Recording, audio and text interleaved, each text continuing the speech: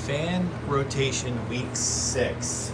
How could it be the 6th week that I'm doing this? It's just insane. And the thing is, I haven't done it every single week because I was gone for multiple weeks at a time.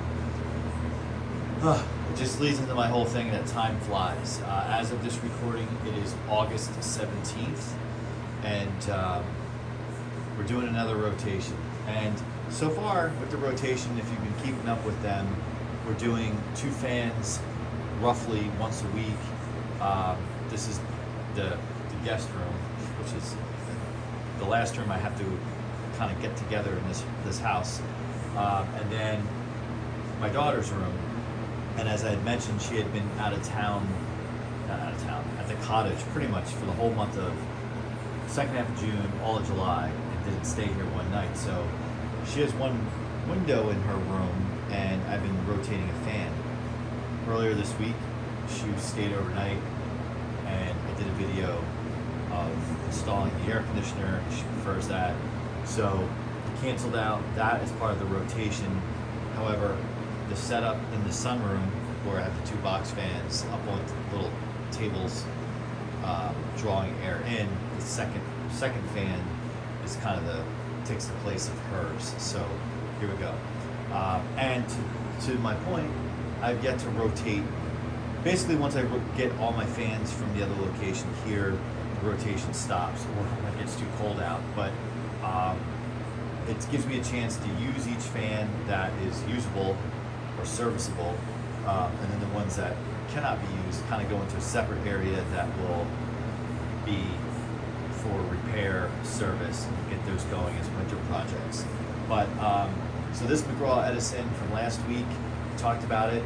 So there's many of these you've seen on camera. This is the first time this one has been in service on camera. So it sadly is coming out of service to be replaced, because I say sadly because I love these fans, as you know, and this is a good one. As I said in the previous video, this is one that was on eBay for parts, and we got it functioning. It's in really, really awesome shape. Okay, so we're gonna pull him out. But what we're gonna replace him with would be something from around the same era, and probably, just speaking objectively, sold way more than these McGraw Edisons, and you see way more of them today, still in service even, is the good old P223 2nd gen. We're going to do exhaust with this, and for those who have corrected me in the recent video that aired, it is not an S223, it is not an S23, it is not a K223.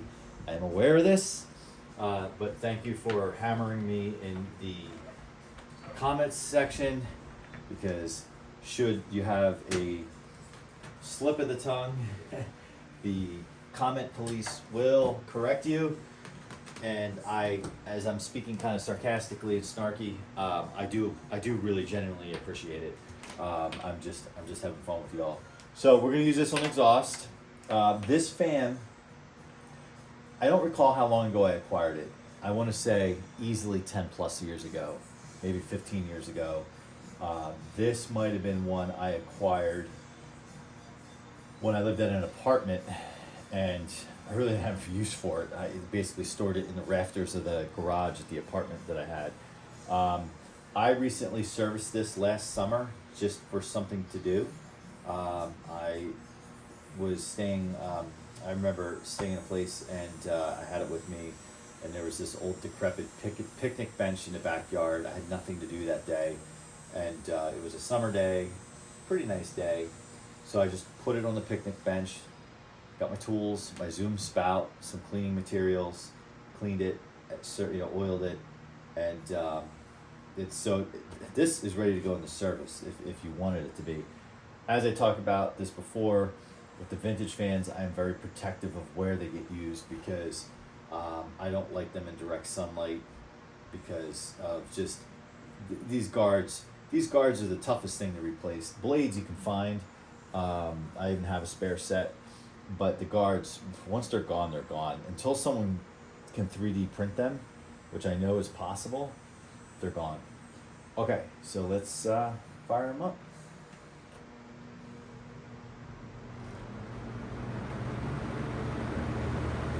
All right. Let there be Lakewood. One of the all-time great box fans ever made. All right, so let's move it along. All right, so I don't know how the lighting is in here. So this is now kind of the second spot that I am rotating fans in the sunroom. Just to recap, if you haven't seen the other videos, we just kind of really dialed in the sunroom. The thin and light has been kind of a fixture here, and I'm gonna leave that there because at the previous location, I had a thin and light, not that one, it's still actually there being used. Thin and light on the kitchen counter, right? And I just kind of, just for my own more recent nostalgia, that thin and light that I have in the kitchen at the other location, I acquired, that was my first thin and light that I acquired since my childhood parents had one. And I've had that fan now probably for 15 years as well. And I've been running it in the kitchen in the summer for all those years on low, on the countertop, where it has the feet and all. So that's why I have that thin and light over there. It's just kind of to pay homage to that. And at some point I'll fetch that other thin and light. That other thin and light is in way better condition than this one. This one needs cleaning. It could probably stand for an oiling too, just by watching the spin down. So this one, this was up in my daughter's room during the last fan rotation, and I noted the difference on this fan compared to most comfort fans. Most comfort fans have the badge in the center, so therefore I believe this is a later version before they kind of really changed them, especially with Toastmaster and Play. I loved using this in my daughter's room, and I had it on an intake, and then I thought, I wanted to put a second fan in here. I threw the Utilitech, because that's kind of like my utility fan, just throw it around right here, and I'm like, you know what, if I'm going to be sitting in here enjoying myself, I am going to throw in a vintage fan, make it part of the fan rotation. Ultimately, when I get through the rotation, I don't know what I'm going to put here. I thought about putting the Air King in here, but I think I'll put that back in the guest room where it originally was. So I'll for sure put a vintage fan here, I think, because it's relatively protected from the sun and it's easy to just move out of the way. All right, so thank you, McGraw Edison. I was very happy with this. I acquired this one this past winter, as I stated in the video when I put it up last week.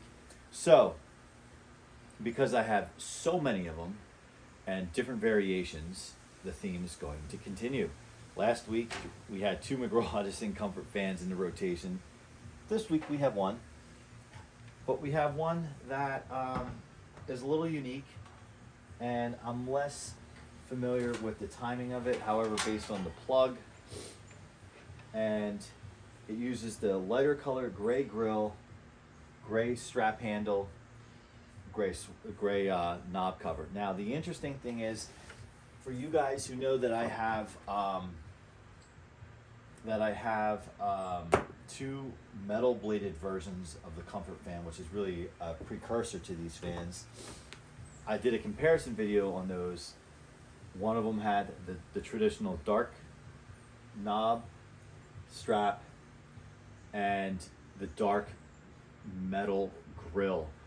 The other one, while everything else is identical, had the gray, and the gray, which is really interesting. So I don't know if it was just a variant that overlapped years, or the colors actually differentiated the years. I feel like the lighter colors came earlier, the darker colors came later. Any McGraw Edison connoisseurs out there, feel free to comment. I would love to know. And Tori, I feel like this would even challenge your knowledge to know that information.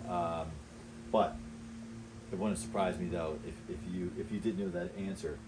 Okay, so this one hasn't been serviced. I've owned this one now, I want to say 5 to 7 years, could be longer. Notice how this one says just Edison. It doesn't say McGraw Edison. Edison. It doesn't have the orange font, and it just says 3-speed fan, or it just says 3-speed. It doesn't say comfort fan. It does have the model number on it, so I'll call it out. 204003A. But underneath it says McGraw Edison Company, Booneville. Yeah, so that's kind of cool that it does put the model number right there. Okay, so I have this all connected to a power strip, so I can just one switch on these fans over here. So you're gonna hear the thinning light in the background, so I'm gonna cancel it out for the moment being. All right, here we go. We're gonna start with high because I run these on low in here.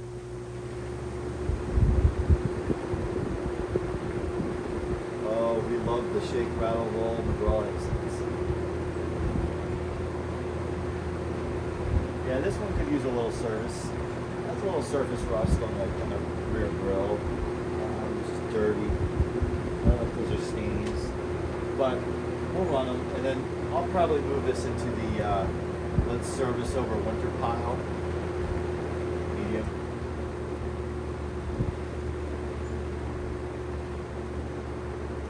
Low. Okay. So there you have it. Yeah, I am just so used to seeing the badge in the front and center versus the top left. I mean, it took me a while to get, a little bit while to get used to the one that was just running up there, which is also a really, really cool fan. But, you know, you could basically make your own version of the McGraw Edison. Like, I could swap the black guard back on and all that and make it look like the one that I know and love, you know, McGraw Edison Comfort Fan. So there you have it. Fan rotation, week 6, and Lakewood P223 and McGraw Edison Comfort Fan. Thanks for watching. Like, subscribe, and we're in August, so you know, we'll probably be using the fans. I typically use the fans around here through September. Towards the end of September, it kind of dies off, but I'm going to keep these rotations going as long as I can as I'm bringing fans over from the other location, so I can have them all in one location. I can service the ones that need to be serviced, repair the ones that need to be repaired, and then maybe offer up some of the ones that are just overwhelmed, because my collection is getting overwhelming. I acquire way too many fans. All right, like, comment, subscribe. See you soon.